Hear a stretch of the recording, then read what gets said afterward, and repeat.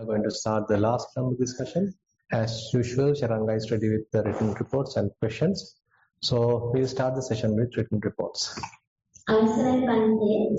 Today is Saturday, the 3rd of May 2025.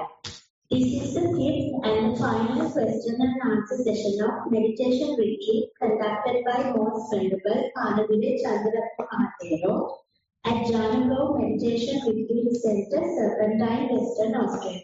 Today we received a total of 12 questions, 9 in English and 3 in Sinhala. Bande, I will present all the questions written in English first. There are 4 questions related to the meditation practice and rest on fundamentals and couple of other aspects. First question, can you please explain more about walking meditation? For example, are there different stages or experiences within brackets like in sitting meditation? End of question. Yeah, we can trace kind of different stages. So at first, actually you can refer one book which I have mentioned, Paving the Way by Most Venerable Sayadaw Pandita, and that is the book actually translated by Bhante Dhammajiva, lying here, Yogavachara Margopadeshanaya. So the Vipassana path is fairly sort of explained in kind of a stepwise manner, a systematic manner, where the walking meditation also can be explained like that. So the first is that you are very much like reducing all distractions, establishing mindfulness in the walking body. So now the body is walking, you are keeping your attention there again and again. So to facilitate that you may use noting. Say when your right foot is touching, okay, right. When your left foot is touching, left. Or else you can lifting, moving, pacing. So whatever noting mechanism you can make use of to calm down the mind, to relax the mind, and to establish mindfulness. So that may be the first stage. As much as possible, you are establishing mindfulness on the walking body. And assume now things are getting well and you are able to establish mindfulness on the walking body. And say from this end to the other end, now you can walk mindfully. So you observe kind of an improvement. Later, probably we can pay little attention to the foot. Where is it touching? Is it kind of the movements of the legs? Maybe not taking the whole body, but maybe the movements of the legs.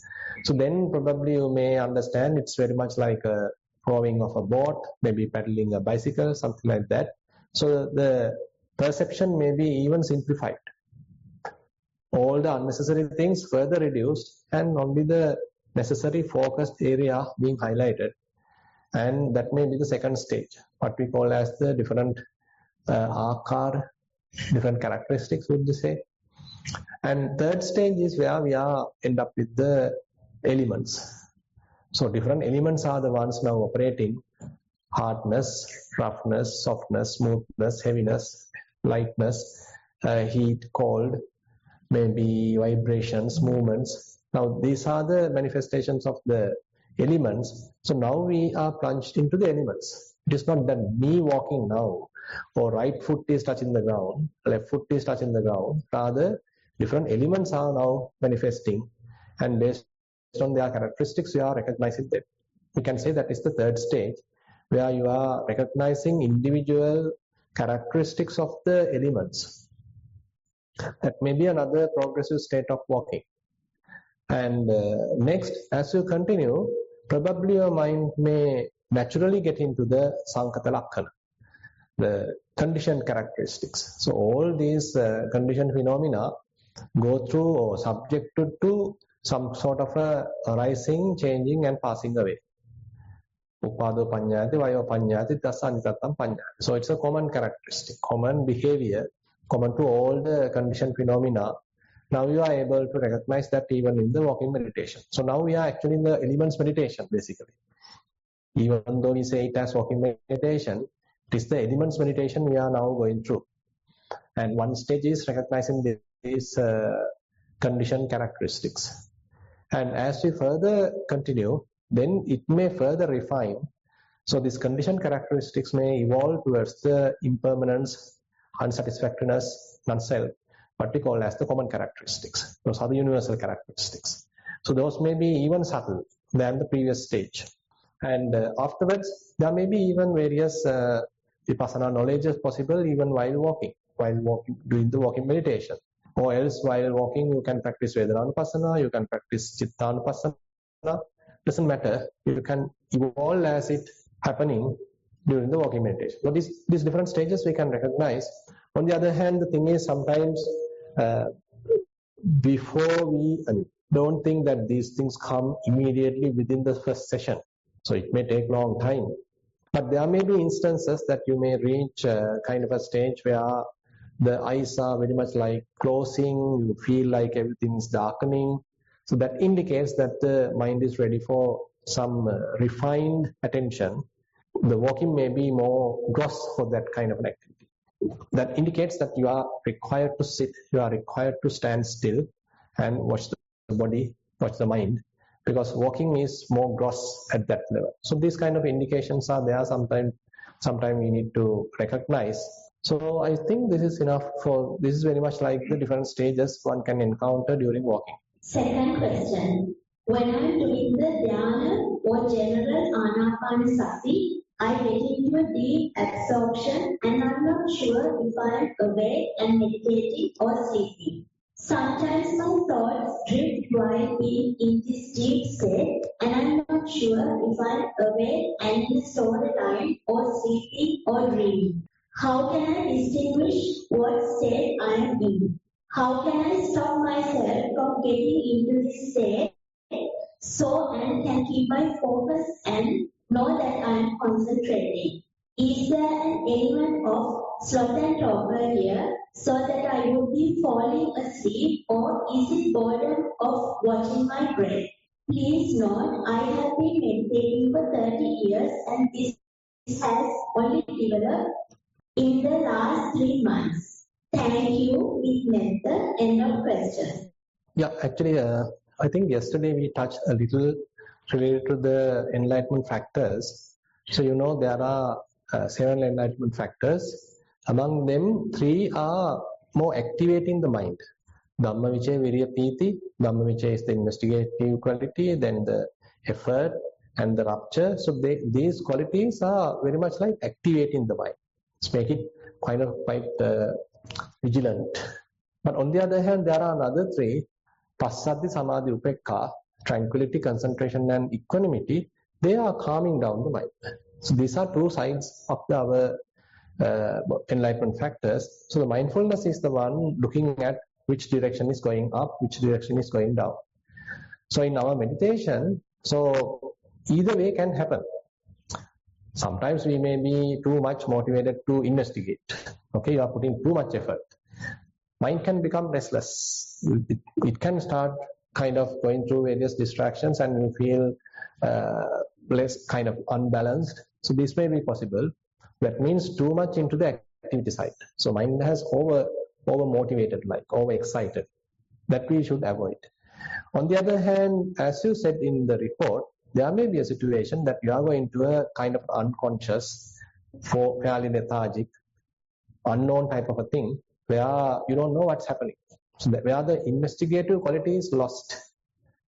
When one side is excess, the other side is very less. That's it.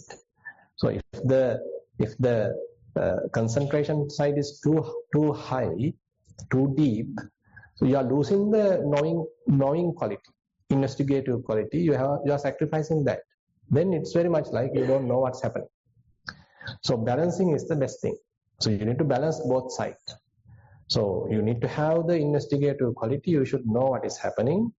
At the same time, you are not distracted. You are not being restless.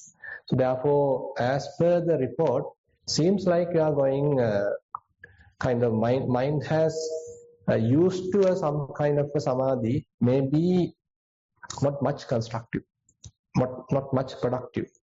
So therefore, better spend more time in walking so that you are opening up, you are simply walking and maintaining the inquiring part, and that may further help you to balance yourself.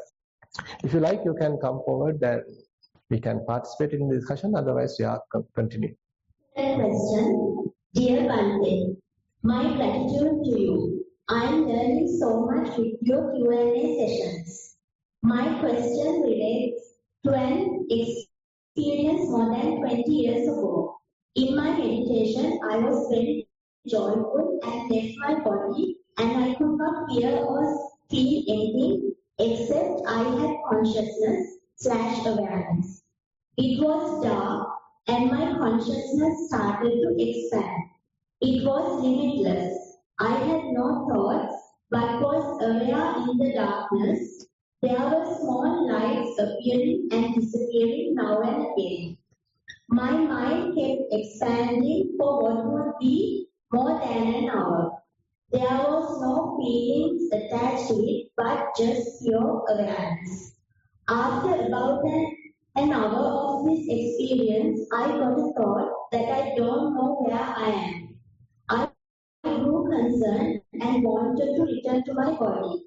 I returned to my body almost straight away and I could hear the Dhamma talk, but I couldn't open my eyes or move my arms.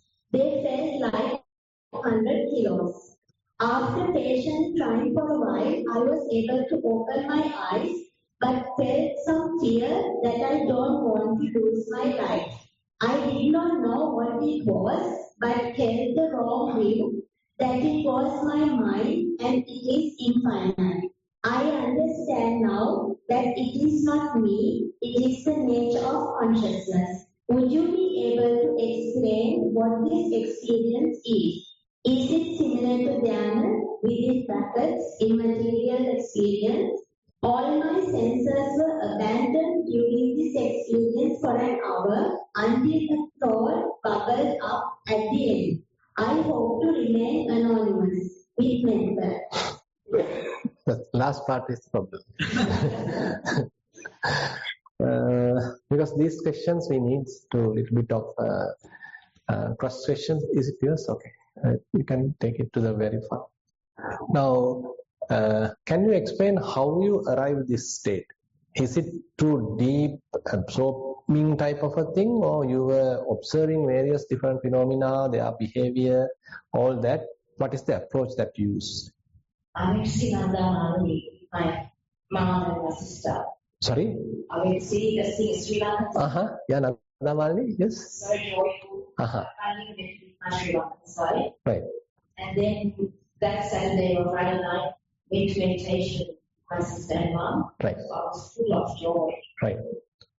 I tapped into something I don't know. Right. But my usual meditation is to leave my body at the time because I was into meditation, I didn't know what I was doing. Right.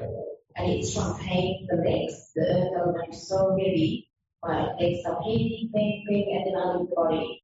Lift the body. I leave the body. Leave the body. Here, usually I can hear, but this time I couldn't hear. I didn't know where I was except this darkness and my consciousness. Anyway, have you observed these different bodily phenomena, these rapturous sensations? Have you observed them? So that made you to leave the body? So how are you leaving the body? Usually the legs, the pain becomes very intense. Usually it's like heavy. Then it's like almost becomes sharp, like not needles and things, but sharp, very intense. Those pains. And my consciousness is trying to go somewhere deep, but it can't stay for a while. Then all of a sudden, it's like elastic has broken and it just goes. Understood. Okay. So that means you are closely examining these subtle aspects of the different sensations, different feelings. As you said, they may be like needles type of thing. And as a result of that, now the mind let go of that whole experience and boosted out, kind of lifted up. Okay, that's fine then. Then it's more like kind of an unattached state of the mind. So typically the thing is, at that moment you can't find any place that you are sitting, standing. So very much like your mind is completely kind of open up, no boundary, almost like no thinking. All that may be possible.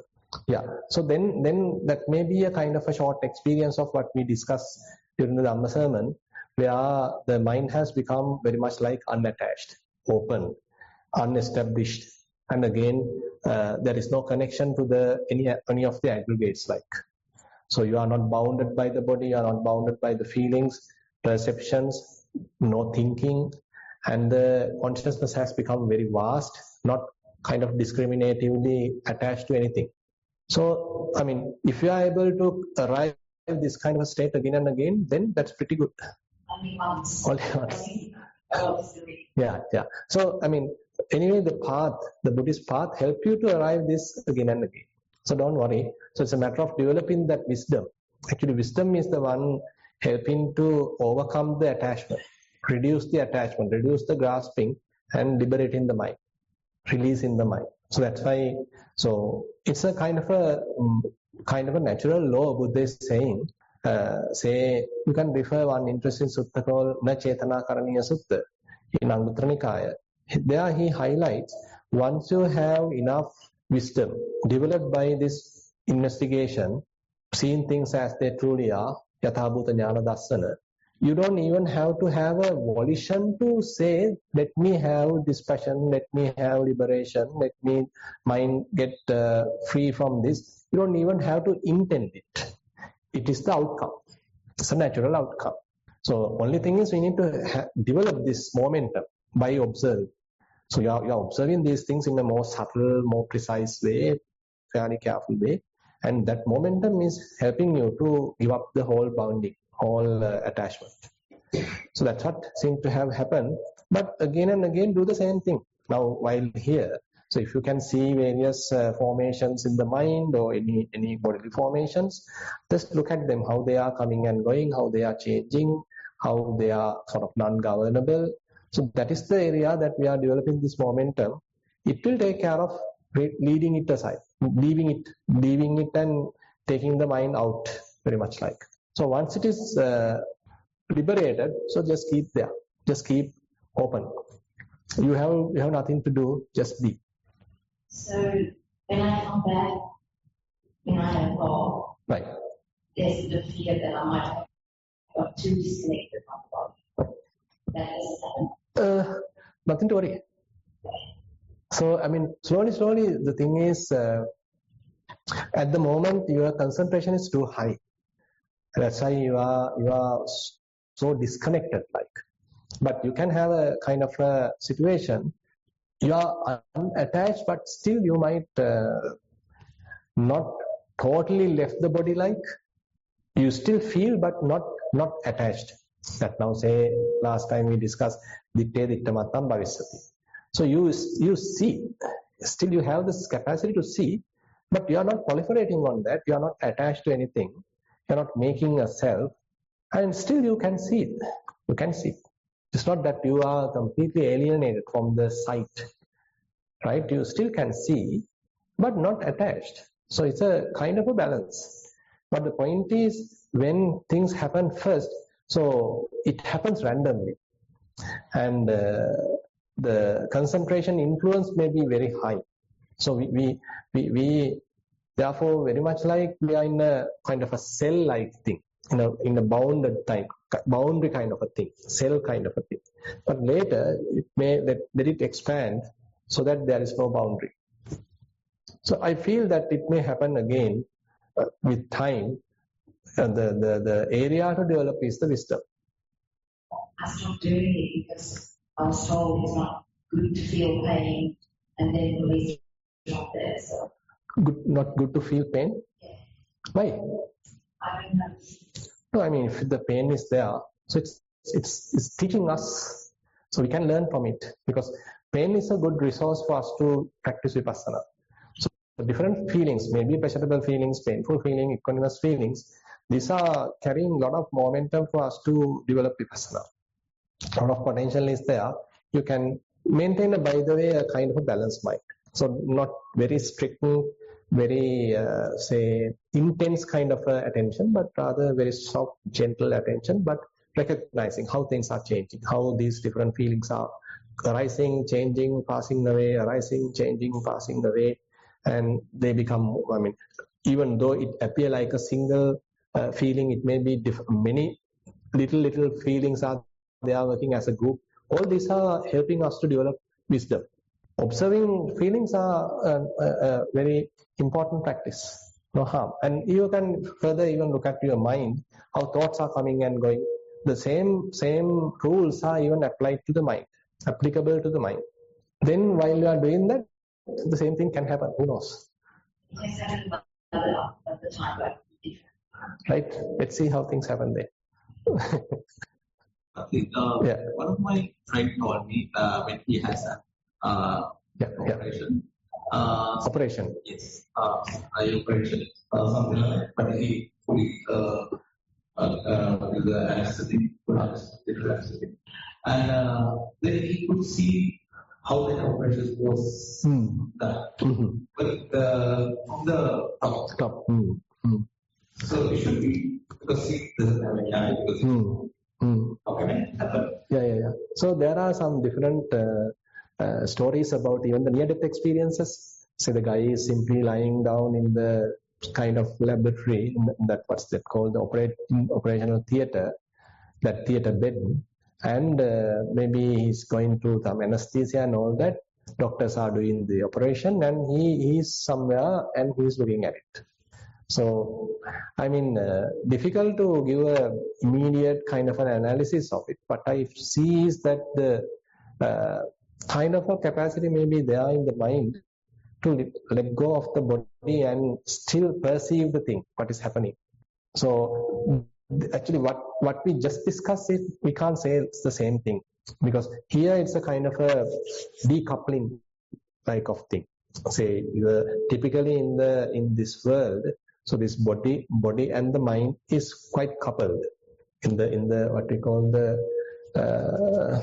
Amavachara realm. So this body and the mind is very coupled. There may be instances this coupling become decoupled, but with Vipassana, this is not some kind of a decoupling that we are trying to do. Kind of a forceful, concentrated based decoupling is not something we are trying to do. Rather, we are developing wisdom.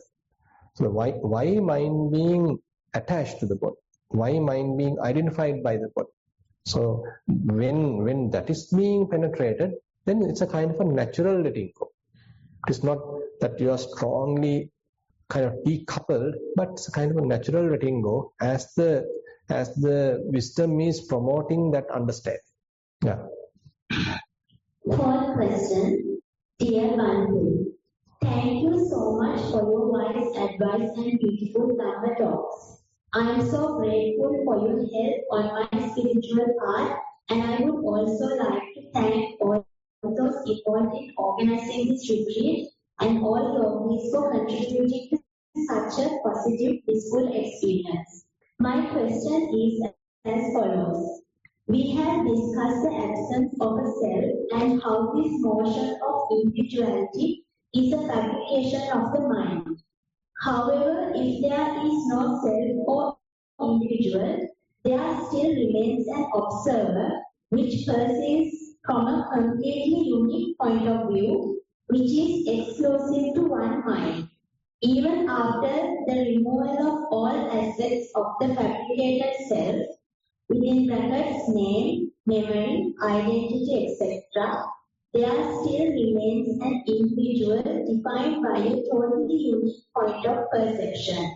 According to the Buddha's teachings on samsara, we experience reincarnation and have all had the series of past lives. If there is no individual/self, then what is it which experiences this cycle of samsara?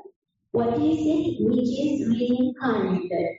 Is there an individual in the sense of a singular soul which experiences a totally unique perception across multiple lifetimes?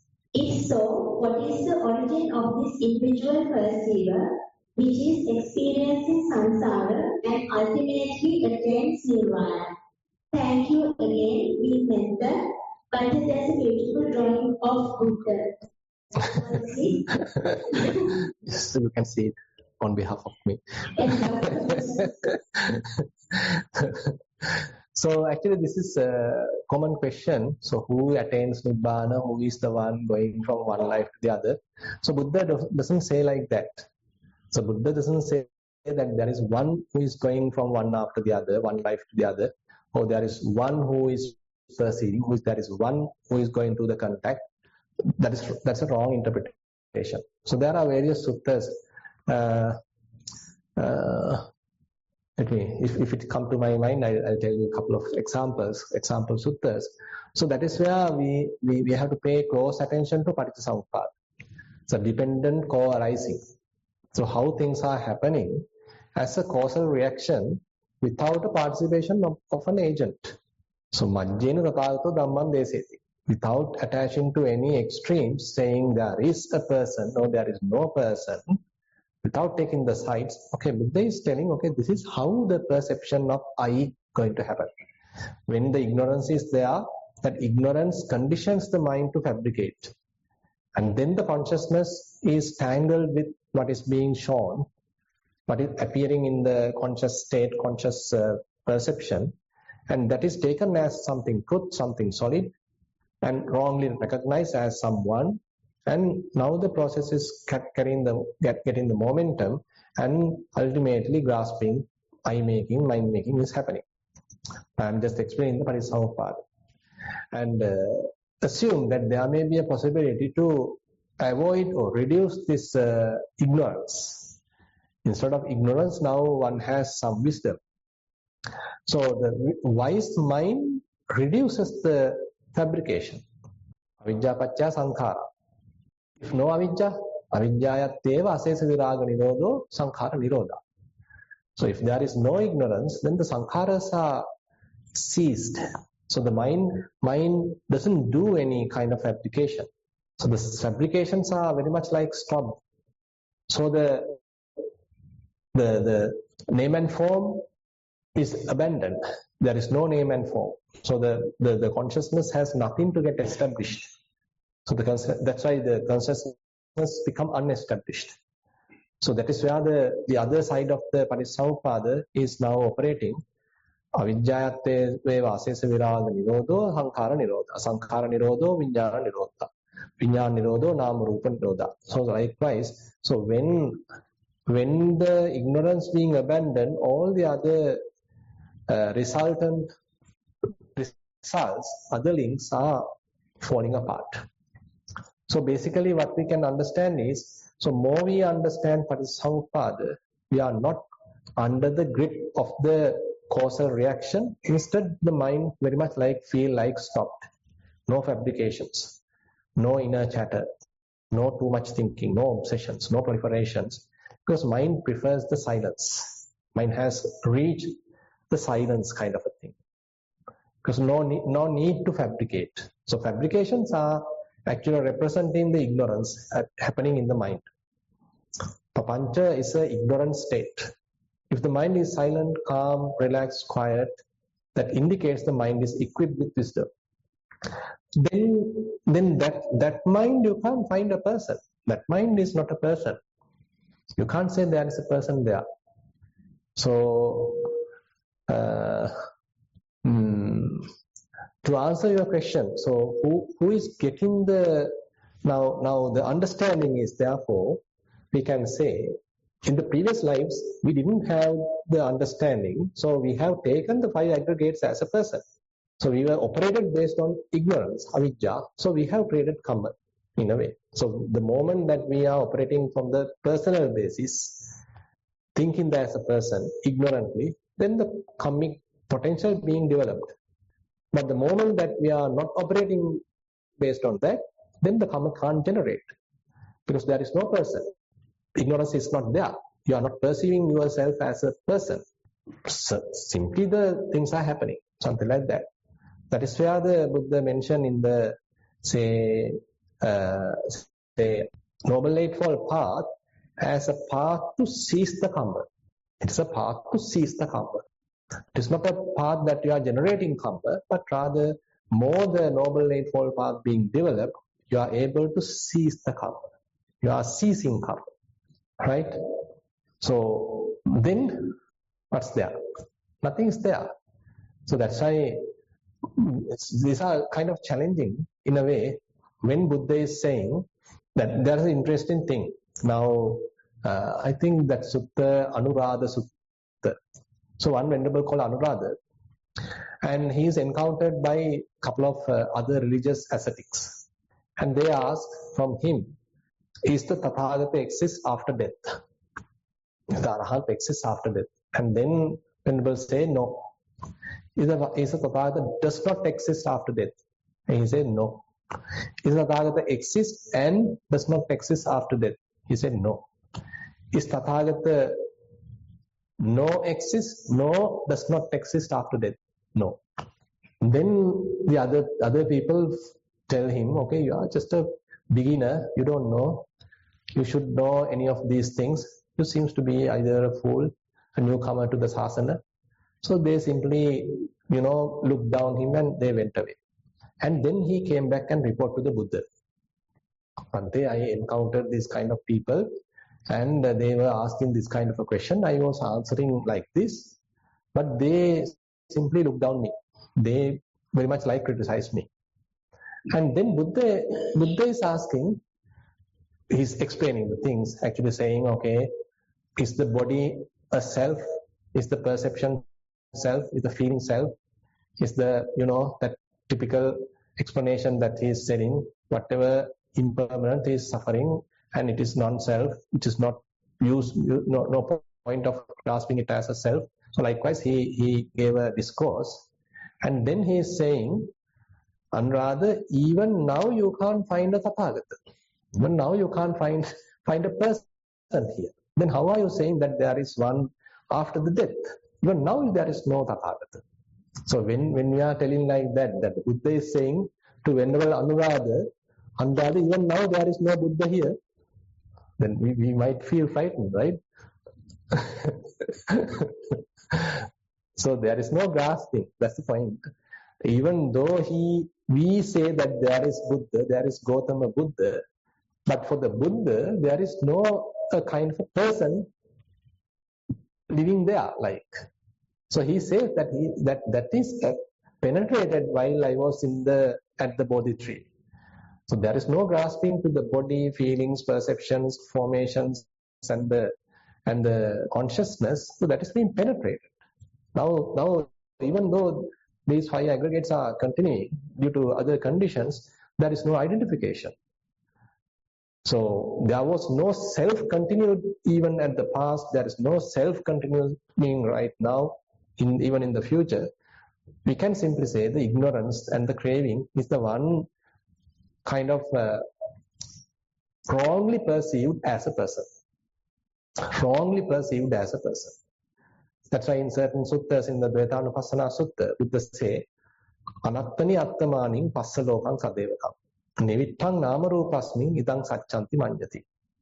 So when there is no person, where there is no person, there is no self, that this ignorant mind, ignorant people may be perceiving it as a person, as a self. Nivittang namarupasmin idang satchanti manjati. Whenever the consciousness comes across some kind of a name and form, that is taken as truth, that is taken as a man, a woman, as something. So these are kind of deep sides of the Dhamma actually. So no point of simply buying what I am saying. Just do the investigation, just inquire the 5 aggregates. Then more and more we will understand, okay, how the things are happening. When the mind is ignorant, we behave like a person. When the mind is grasping, we behave like a person. We behave like an individual. But when there is no grasping, we can't find a person. We can't find an individual. Mere conditions are happening. Causes and conditions are happening. That's it. So very good, say, a place to look at is the Kalakarama Sutta. And if you like, you can read The Magic of the Mind, book by Most Venerable Katakulde Jnana Thero, and the same translation called Manase Mayala. Those are very interesting areas helping us to understand these things very deeply. His question. Yeah. So he's the one who asked. I was going to ask before about that. Yeah. So you want to find the observer, right? So question. Really appreciate what you said regarding ignorance and biologics.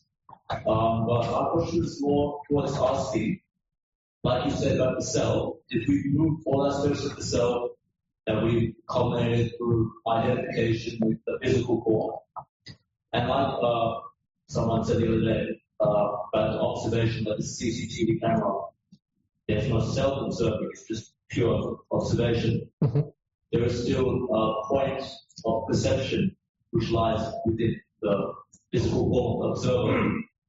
And in the sense of reincarnation, there is something which carries the karma to the next life. Understood. My question was more regarding, is this point of perception which say lies between your eyes, is this the, let's say, energy or a form or something transpires from life to life, regardless of any self or personhood? What is it which is there to experience the Dharma or experience Nirvana or experience the reincarnation? Is this a soul or is this, and is this a soul unique to myself? Because I don't, let's say, special, like, let's say, he attained Nirvana is not that I attained Nirvana, so we my question is regarding the individual point of vantage that lies in one. Is that what transpires from rebirth to rebirth? Is it unique? Yeah. So we can say it's a kind of a now a kind of a habits. Habits are kind of transferring. Like you can't say there is a person transferring, a soul transferring. Kind of from this moment to the next moment, whatever the habits being inculcated to this 5 aggregates may be transferred to the other 5 aggregates. Now, say for example, if I now rather than going to the past lives, now if I ask you, now you were born say 20 years ago, okay, you may have the photos as an infant. Is that infant you? In the physical sense, yes, but in the physical sense, yes, but I think sense of personal no. So that's right. I mean, so even though there's a continuity, we can't say it is the same you stayed 20 years ago, now talking right now. Okay? What I meant was, even though 20 years ago we have the same self-constructed through the outside world, I still retain the same point of, like the vantage point. Like, from my entire life, it has been, I don't want to say mine, but yes, my perspective that is unique to myself from anyone else's. Now, how about thinking like this? Now, say, so 20 years ago, certain kind of 5 aggregates are operating together and, giving you some kind of an experience. At that time, you perceive as someone. Okay? Now, also certain 5 aggregates are operating and conditioning, and now also you perceive as someone. So, I mean, there may be a continuity. Continuity in the sense, the 5 aggregates 20 years ago had kind of a momentum, that momentum being transferred to the next, maybe the next series of 5 aggregates, next series of 5 aggregates, next series of 5 aggregates. So therefore, whenever a series of 5 aggregates are very much like kept in an order, we wrongly perceive there was I 20 years ago, there was I 5 years ago, there is I at the moment, I will live in the future as well. So it is easily we wrongly perceive an existing self.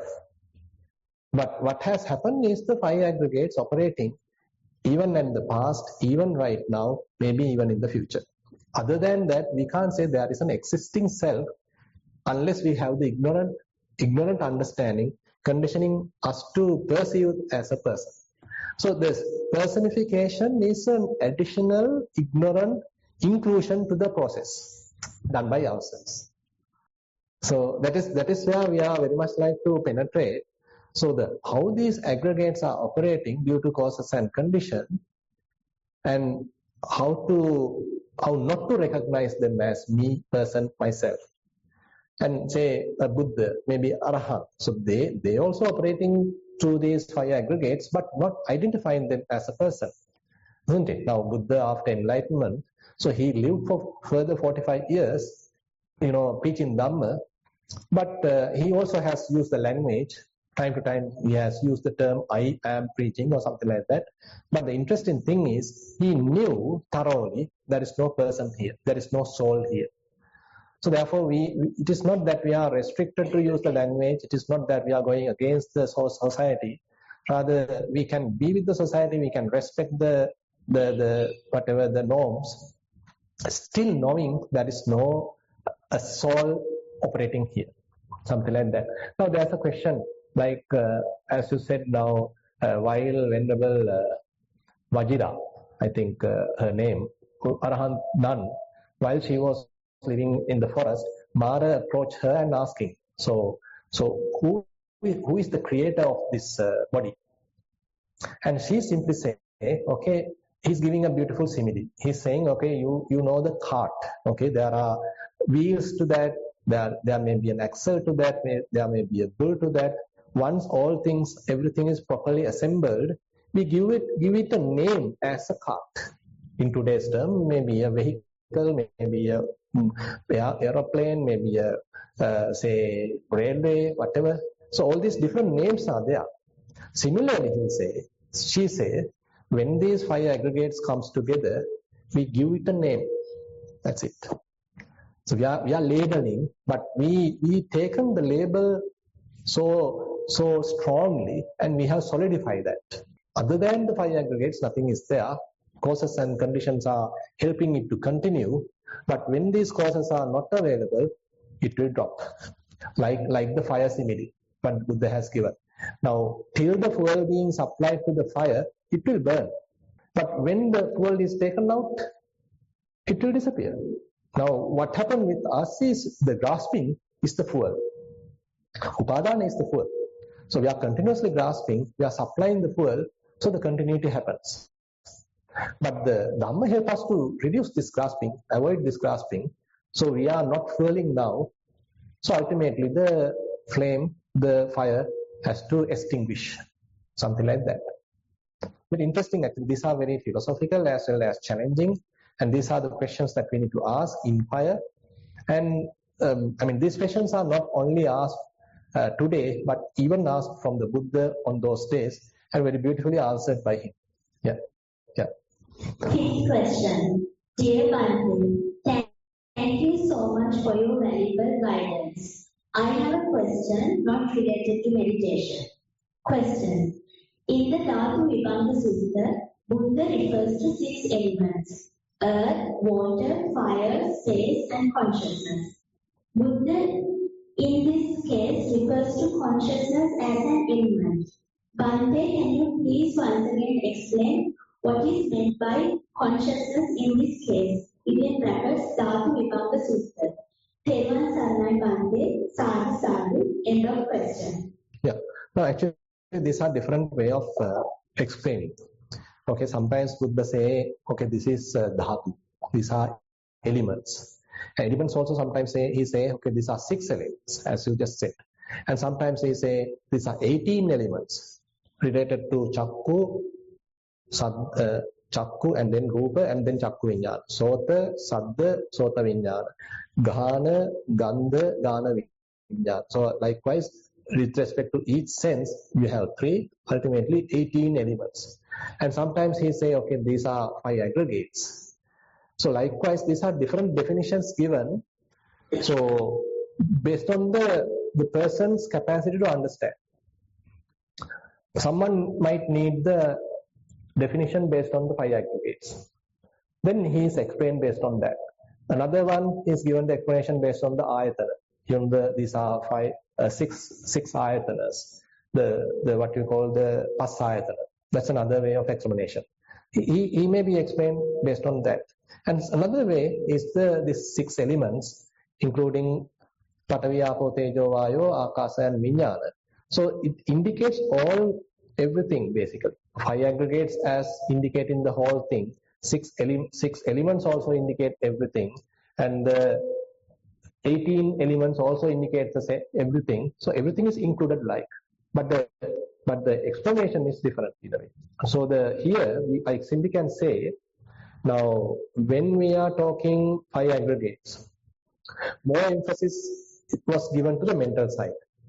One aggregate was used to the explanation of the body. 4 aggregates being used to explain the mentality. But when we are talking about the 6 ayatana bases, actually 5 bases are given for the body.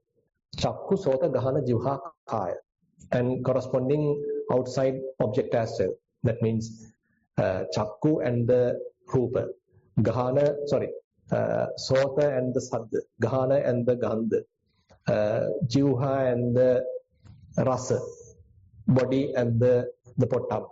So 5 taken to the body, this whole physicality. And only 1 ayatana being explained to the mind, Mana and the Dhamma. So this Mana and the Dhamma has everything related to the mind. So in other terms, what I want to say, in the aggregate definition, we are talking feelings, perceptions, formations, consciousness. All those 4 are in this Mana and the Dhamma. Interpretation is different. Now, when we are saying 6 elements, same thing. This Patavi, Apo, Tejo, Vayo, Akasa represents the physicality. Consciousness element has everything what we are talking in the 5 aggregates, the 4 other aggregates. Vedana, Sanya, Sankara, Vijnana are in this consciousness element. So you can refer, actually, we have to go to the Abhidhamma. Actually, in Abhidhamma, it's nicely explained in a way how the ayatanas, explanation of the ayatana, explanation of the aggregates, explanation of the elements. So anyway, the coincidence is there. So the whole categories can be, so all different classifications can be properly included there. Don't know how much you can digest. Yeah, just after lunch. 6th question. Avsarai Garuthara Swamin Wahanse. In Samma Ditti Sutta, we learn 4 points that to be achieved to obtain Sovan Phala status. Those are Kalyana Mitrata, Saddharma Sravana, Yoniso Manasikara, Dhammana Dhamma Patipada. Meditation was included within these points. Question: without meditation, can we obtain Sotapatti Phala? Thero Saranai, end of question. So can you explain what is Dhammana Dhamma Patipada? So Kalyana Mitra Sampatti, okay. Then what is that? Then Saddhamma Savana, okay. No meditation. And then what's the next? Yoniso Manasikara. Yoniso Manasikara, is it having any meditation? How about Dhammana Dhamma Patipatti? Is it having any meditation? So it is there. So I mean, we can't simply take the words. So you have to go a little deeper.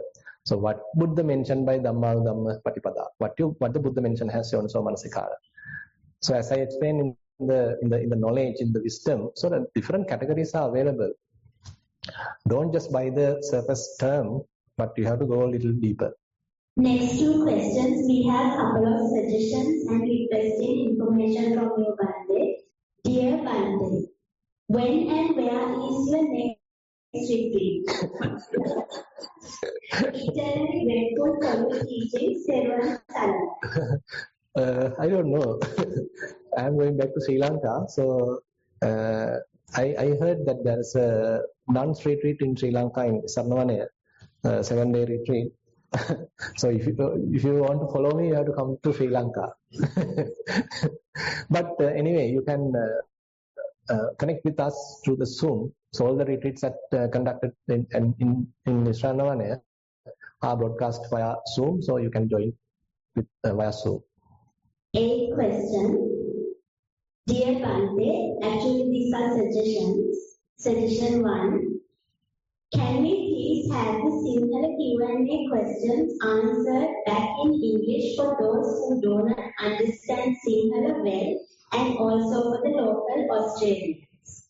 Good. So we'll implement that next time. Suggestion 2. Can we also have at least one of the retreats next time on the East Coast, within Sydney, Melbourne or Brisbane, in English, as there were many Australians that missed out who would have wished to come, and Perth was too far and costly for them to get here. So you can inform this to the organizers. Actually, he may be already connected. Mr. Suranga, he is the one overall coordinator. And actually what we did was, there were a couple of English-speaking yogis, and they contributed in English, they participated in the discussion, but Dhamma sermons were in Sinhala, in the Sydney, in Melbourne and the Brisbane. But there was few who have written in English questions. But here only we did the sermons also in English. Who knows, we see. Nissarana website, there are a lot of Dhamma sermon in English as well, quite done by you. Yes. Yeah. Actually, there were series I was conducting on every Wednesday from 7 a.m. So that's a Sutta teaching session. And some of you already might know. What I do is taking a Sutta and explaining it, and then open the session for questions. That's also something you can participate. Anyway, at the moment, what we have as an English retreat is only the Perth retreat. So you can suggest that, and we'll see how things happen. Kalagoda is in English, by the way, yes. So Kalagoda in Sri Lanka is a monthly program, 3-day retreat, Kalagoda Vipassana Meditation Center. That's in English, yes. Yeah. Yeah. Please come to Perth. This is the best place. Come to Perth. It's cheaper. Yeah. So that is their invitation. So probably they may give you a free ticket.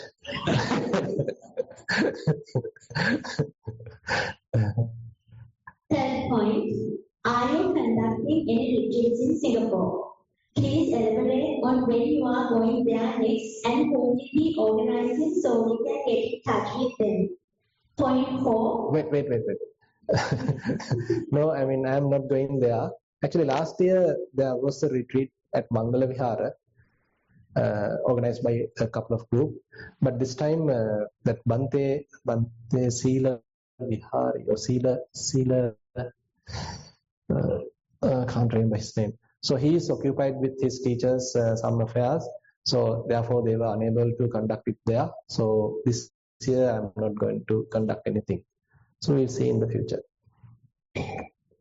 Point 4. Who is the best person to conduct in Sri Lanka for foreigners to attend retreats there? Thank you for all your effort. Someone wants to join all the retreats. Good. So actually you can refer our website nissarana.lk, nissarana.lk. Nissarana.lk, our meditation, the monastery has a separate retreat center, and around 90 participants can get involved. And throughout the year there are retreats, and you can register online even. Mostly, by the way, they are also in Sinhala. But English retreats are there once a year. There's one English retreat.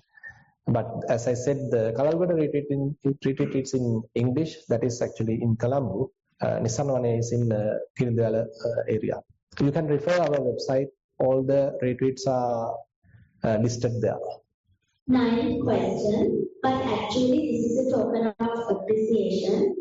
Garu Swami Mahansa. My sincere heartfelt gratitude to all your teachings and guidance. It is immense joy in my heart that I always listen to your Dhamma talks.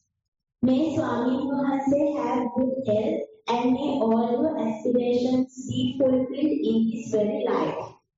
My gratitude to Percy, Sharanga, Inoka, and all the members of the Retreat W committee, and all the volunteers, Christina and the PSWA, for their kind and compassionate help and support to organize and run this retreat, and for all the retreatants in the past and the future. May I wish all of them and Ajahn Brahm and the monks, nuns, my fellow retreat participants, good health and the blessings of the Noble Triple Gem, and may all have the opportunity to grow in the Dhamma path and attain the spiritual bliss of Nibbana. With much metta and gratitude. අවසරයි ස්වාමීන් වහන්සේ සිංහල මාධ්‍යයෙන් අපිට ප්‍රශ්න 3ක් ලැබිලා තියෙනවා. එක ප්‍රශ්නයක් භාවනාව සම්බන්ධයෙන්, අනෙක් ප්‍රශ්න දෙකම ධර්ම කරුණු සම්බන්ධයෙන්. පළවෙනි ප්‍රශ්නය ගරු ස්වාමීන් වහන්සේ සක්මන් භාවනාව හා ආනාපාන සති භාවනාව නොයන අය සඳහා වෙන භාවනාවක් නිර්දේශ කර හැකිද? කරුණාවෙන් පහදා දෙන්න. එදිනදා වැඩ කටයුතු වල භාවනාව mindful brushing that you can ask from her. How to brush the teeth mindfully. But she has a secret on that. So anyway, මේ ඒක ඇත්තටම දැන් අපිට මේ කියන්නේ මේකේ වැඩෙන්නේ නැහැ කියලා නම් දෙයක් නැහැ. ඔක ඉතින් අපිට එකපාරටම ලොකු රිසල්ට්ස් හම්බෙන්නේ නැති වෙන්න පුළුවන්. දැන් සක්මන් භාවනාවක් වගේ දෙයක් ඉතින් මුලදී තේරෙනවා නිකන් මේක හරි අමාරුයි වගේ කියලා. පොඩ්ඩ අපි මේක තුල යෙදෙන්න අපිට ක්‍රමය අහු වෙන්න ගන්නවා. පොඩ්ඩක් ඉවසීමෙන් කරගෙන යන්න ඕනේ ඉතින්. ඒ වගේම ඉඳගෙන කරන භාවනාවෙත් අනිවාර්යෙන්ම අපි ආනාපාන සතිය වඩන්න ඕනේ කියලා නීතියක් නැහැ. අපිට මේ උදරයේ පිම්බීම හැකිලිම වගේ දේවල් හුඟක් වෙලාවට පහසුවෙන් අල්ල ගන්න පුළුවන්. අනිත් එක එදිනදා කටයුතු වලදී පුළුවන් තරම් අපි සතිය දියුණු කරනවා නම් සතිමත් බවක් පවත්වන්න උත්සාහන්ත වෙනවා නම් කරන්න බැරි නෑ. ඒ නිසා උත්සාහන්ත වෙන්නයි තියෙන්නේ. දෙවෙනි ප්‍රශ්නය ගෞරවනීය ස්වාමීන් වහන්සේ පසුගිය දින 5ක් පුරාවට අපි අටසිල් ආරක්ෂා කොට යම් සීල විසුද්ධියකටපත් වීම. එමෙන්ම ඒ කාලයේ පුරාවට භාවනා කිරීමෙන් යම් චිත්ත විසුද්ධියක්ද ලබන්නට ඇත. චිත්ත විසුද්ධිය යම් පමණකට සපිරණායයි අපට දැන ගැනීමට යම මඟ සලකුණක් ඇත. තෙරුවන් සරණයි. හොඳයි. ඇත්තටම චිත්ත විසුද්ධිය එක එක මට්ටම් වලින් විස්තර කරන්න පුළුවන්. එක මට්ටමක් අපිට කියන්න පුළුවන් නීවරණ වලින් හිත නිදහස් වීම කියලා. ඒත් අපි අහලා තියෙනවා නීවරණ පහක් ගැන. අපිට පුළුවන් අපේ හිත දිහා බලලා භාවනා කරපු වෙලාවක මේ වෙලාවේදී හිතේ කාමච්ඡන්දයක් තියෙනවද? මේ වෙලාවේදී ව්‍යාපාදයක් තියෙනවද? මේ වෙලාවේදී මාක් හරි හිතේ රෙස්ට්ලස් ගතියක් මේ පසුතැවෙන ගතියක් ඒවා තියෙනවද? නැත්නම් මේ වෙලාවේදී හිත නිකන් කිරා වැටෙන ගතියක්, නිදිබර ගතියක් එහෙම තියෙනවද? නැත්නම් හොඳ අවදියෙන්ද ඉන්නේ? මේ වෙලාවේ මොකක්වත් මේ අපි කියමු විචිකිච්ඡාවක් තියෙනවද? එහෙම නැත්නම් මේ නීවරණ වලින් හිත නිදහස්ද? එතකොට චිත්ත විසුද්ධියේ මුල් ස්ටේජ් එක වශයෙන් අපිට මෙන්න මේ නීවරණ වලින් හිත නිදහස් කර ගැනීම සලකන්න පුළුවන්. එතකොට අපි මේ චිත්ත විසුද්ධිය අභිභාගයේ මට්ටමක් අපි මේ කතා කරන්නේ. දැන් මේ අපි විපස්සනායි කතා කරන්නේ චිත්ත විසුද්ධිය රහාගේ මට්ටමක්. චිත්ත විසුද්ධිය කියන්නේ විශේෂයෙන්ම ඔය නීවරණ පහ ඉවත් කර ගැනීම. ඒකේ කොච්චර ඩෙප්ත් එකකට යනවද කියන එක ධ්‍යාන මට්ටම් වලින් විස්තර කරන්න පුළුවන් කෙනෙකුට. නමුත් ඉතින් මේ ප්‍රධාන සම්දිස්ථානය වෙන්නේ අපේ හිත නීවරණ වලින් ඉවත් කර ගැනීම. ඊට පස්සේ නීවරණ වලින් ඉවත් කර ගැනීම පමණක් ප්‍රමාණවත් නොවන නිසා තමයි ඊළඟට මේ නුවණක් දිනු කරන්නේ. විපස්සනාවක් දිනු කරන්නේ. ඉතින් අපි මෙතන උත්සාහන්ත වෙනවා මේ විපස්සනාවක් සඳහා යෝනිසෝ මනසිකාරයක් සඳහා උත්සාහන්ත වෙන්න. ඉතින් මේ පැති වලටත් යම් තාක් දුරට අපි යන්නේ නැති කියලා හිතනවා. තුන්වෙනි සහ අවසාන ප්‍රශ්නය අවසරයි ස්වාමීන් වහන්සේ. වයස්ගත වූ අයට වැළඳෙන ඇල්සයිමර්ස් ඩිමෙන්ෂියා වැනි රෝගවලින් නිදීමට අඩුම තරමින් පැය 8ක නිින්දක් අවශ්‍ය බව විශේෂඥ වෛද්‍යවරුන්ගේ මතයයි. නමුත් බුදුරජාණන් වහන්සේ පැය 2ක කාලයක් සැතපුණ බවත් යෝගාවචරයන් පාන්දර 4ට ජාගරිකාමි යෝගයේ අවදි වූ බවත් පොත්පත්වල සඳහන් වේ. මෙම භාවනා වැඩසටහනේදී අපිට නිදා ගැනීමට ඇත්තේ පැය 6ක පමණ කාලය. අය සමහර හැදෙයි දැන් පිට කරන්නේ.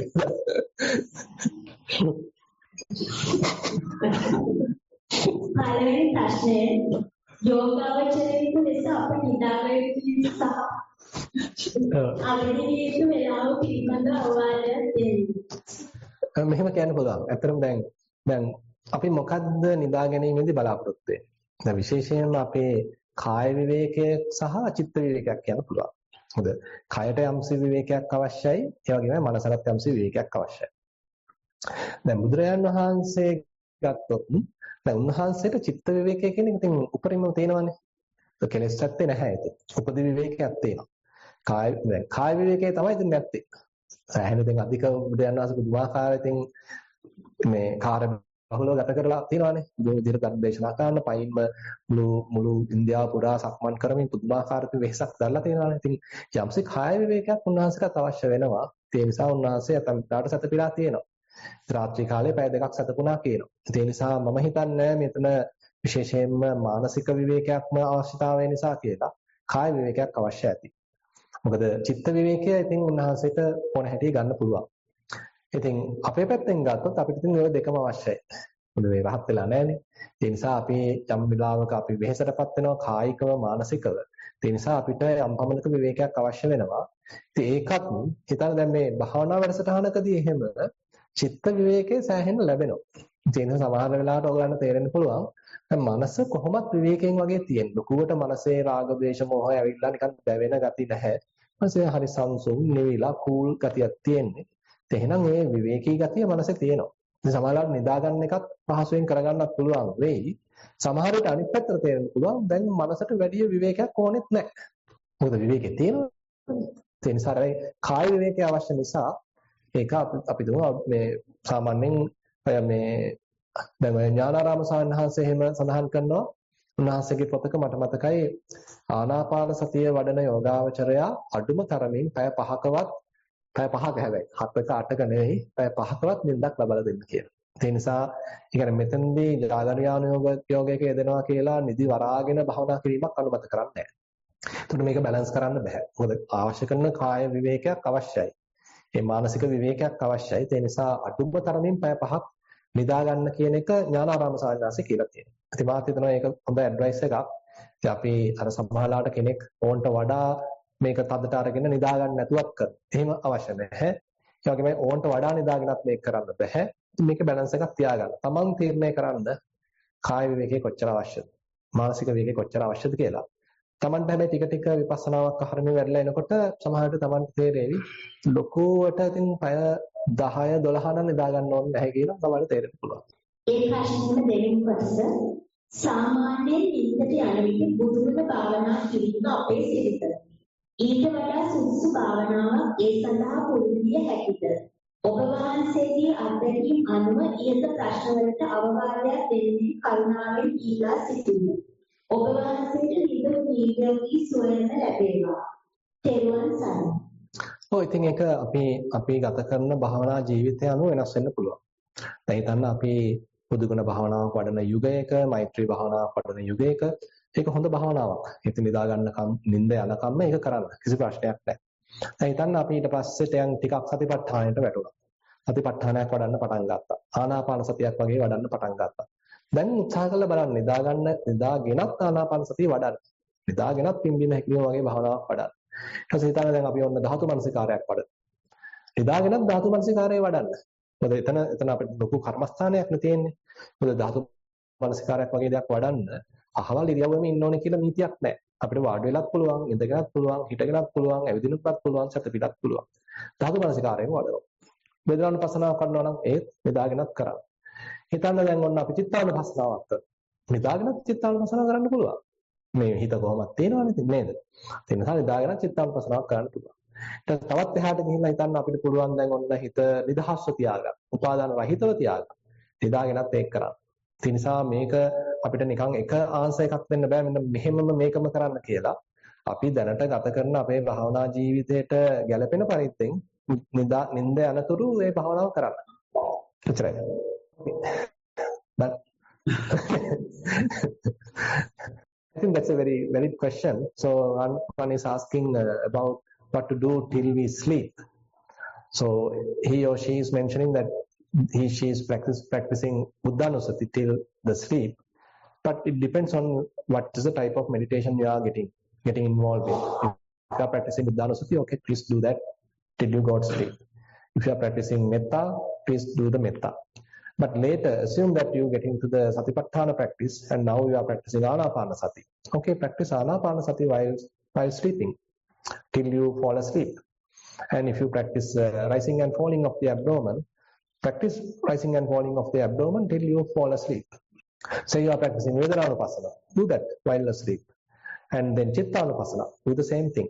And assume that you are able to maintain the mind free from any attachment, without any grasping. Even while sleeping, try to do that. So therefore, it depends on where we are in our meditation. Alright, I think, so this actually completes our question and answer session. Hope there are no more questions. And I hand over the mics to the organizers. Thank you, Bhante. Finally, we are reached the final session. Actually, first of all, thank you very much for coming here and give us a valuable guidance and conduct activities. On behalf of our society, meditation retreat, it is both an duty to express our deepest gratitude. One thing for gracing us with your presence today and our guidance us through such a program and inspiring Dhamma sessions and retreat. But in your words have touched us deeply in a world that often pulled us in so many directions. Your teaching has reminded us of the importance of mindfulness, compassion, and walking the noble eightfold path with sincere and courage. Your wisdom and presence have illuminated our hearts and mind, offering clarity where there was confusions and peace there was restlessness. The retreat has not only enriched our understanding of the Dhamma, but has also strengthened our sense of spiritual community. We are truly fortunate to have received such guidance, and we directly seeking us as we continue to grow in our practice. I would also like to thank everyone who helped organize this program and all of you who participated so wholeheartedly. May the merits we have accumulated to be dedicated to the well-being of all beings. Once again, Bhante, thank you for your your time and your compassionate teaching. May you continue to share the lives of the Dhamma with many more, and may you be blessed with good health and peace always. Once again, thank you, Bhante, for visiting Perth again. I think this third time. Maybe. No, you did few more retreats as well. Before. Can we, this is the third time at Jhana. For Satpasana session.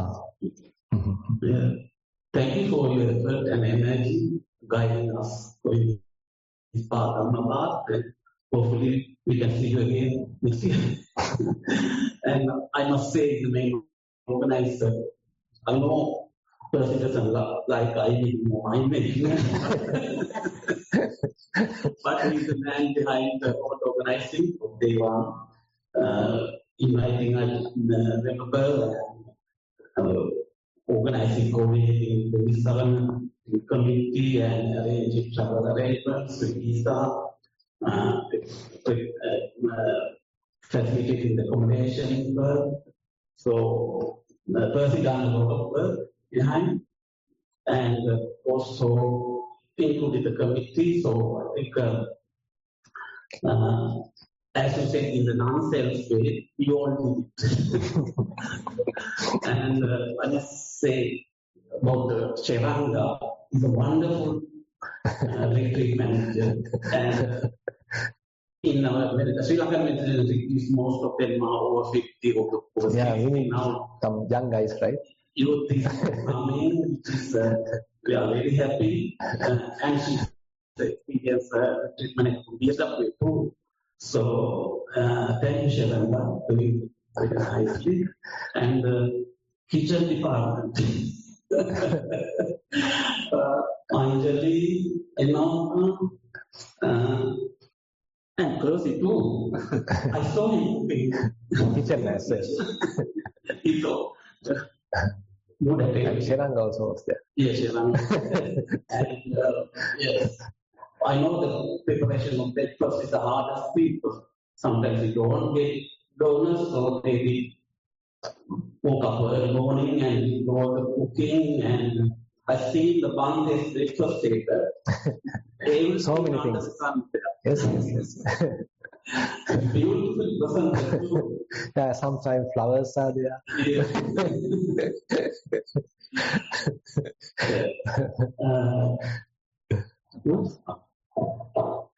But I think I take this opportunity to thank some people who did a big role to visit Australia, Suranka and meeting by myself. I think I should remember them this time. And I just like to thanks for the software you selected for this time. So actually, it's something like I feel because definitely we need to clear our mind. So the facts you shows us told by the measurement. This is something like we go to the mirror and see by myself to clear how clear our minds is very very valuable. I think so this is the most important question I have ever heard in my life. So how to clean ourselves, how to see ourselves, really amazing. I'd like to use some chances to somebody say something. One thing, also acknowledge Ajahn Brahmaso and all the caretakers and all the committees giving us this place, this beautiful place to practice meditation. Yeah, I also like to thank. Actually, I got the opportunity to meet Ajahn Brahmali. Actually, I met him while he was in Sri Lanka. Now we have a very good relationships. I'm respecting him, and we have a good relationship with him. And had a good opportunity to meet him and had a kind of a nice open chat with him. And actually, as a Sangha community and Sri Lanka, Nissarana, as well as the BSWA, the Ajahn Brahm's leadership and the community there. And again, we visited while in Melbourne. I visited Newbury Monastery, Ajahn Nissarana, as well as Ajahn Aranavihari. So I have some relationship with them, and there's a good agreement and cordial relationship with us. That's nice to have. And the Sukha Sangha Samaggi. And when the cordiality, when the agreement is there, the peace is there, the unity is there among the Sangha, that's actually a blessing to the whole world. Yeah. I would like to sign off. Sorry, people don't know. The next session for the next year. And someone told me that the Perth we had somewhere around April, something, including the Saturday holiday. Yeah, there's a little, not really a complaint, but a kind of a request that this time the retreat completely with the weekdays. Therefore, some people couldn't participate because of difficulty to get the holidays. So if we can arrange something here also, so that some holidays are there, then they can manage that. Yeah, I think next year we have weekdays plus public holidays. Right. I think we will see what problem was the Ajahn Brahm's retreat just before. Right. So we had to keep at least 2 days in between. Correct. Anybody?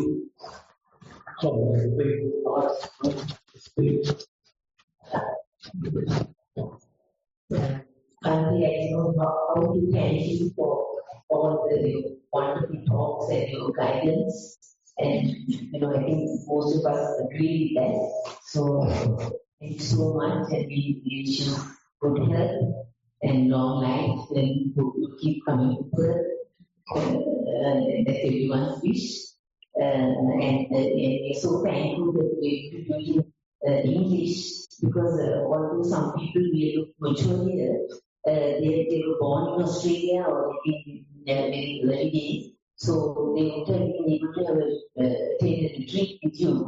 So there was a wonderful opportunity for them. Some people came from Singapore, and so I'm so thankful for that, and we do hope you will continue to have the English, the talks in the English. There's a kind of fight between the Sinhala group and the English group.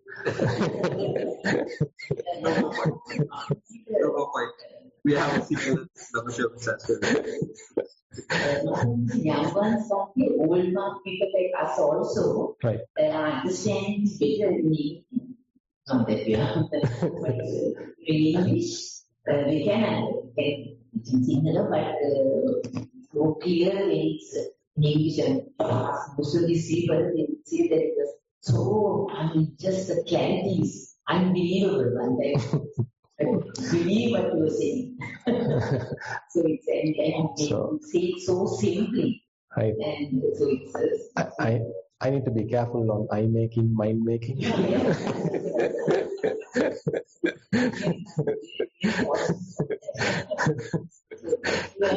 do hope to see you next day, and we hope to get at least 2 candidates.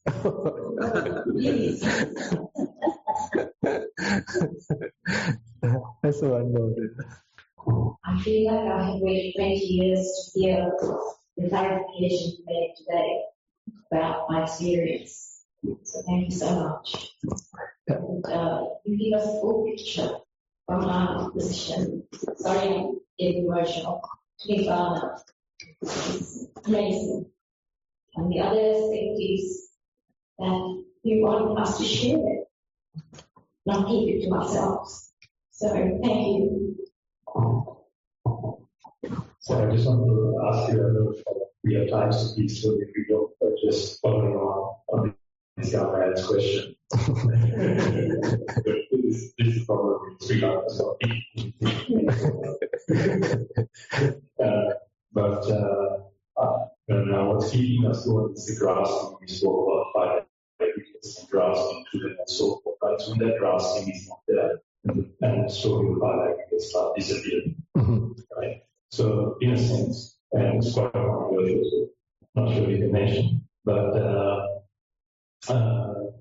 people always think of Nirvana as a place, Christian, in this sense here, the energy that causes the fire aggregates to stay in place basically disappears, right? Because through purification of the mind, everything is stopped. So once it's stopped, there's no actual place of calling Nirvana itself, right? Correct. So just the energy is distinguished. Can we say that, or would that be dangerous to say that? Yeah, I can fully agree with you based on this fire simile of Buddha mentioned to Aggiwacchavatta. So when Buddha is explaining that once the fuel is reduced, fuel is taken out, and the fire is extinguished, and if someone is asking, okay, whether the fire has gone to the east, whether the fire has gone to the west, to any direction, so that question is not a valid question.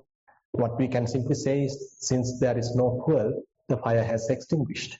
So similarly, so we can't say that when someone is attaining Nibbana, that whether he has gone to the east, to the west, or any particular place, no point of telling like that. Since the fuel is not there, since the causes and conditions are no more available, the fire aggregates are distinguished, so extinguished, quenched, something like that. Cessation of suffering. Sorry? There's a cessation of suffering at that point.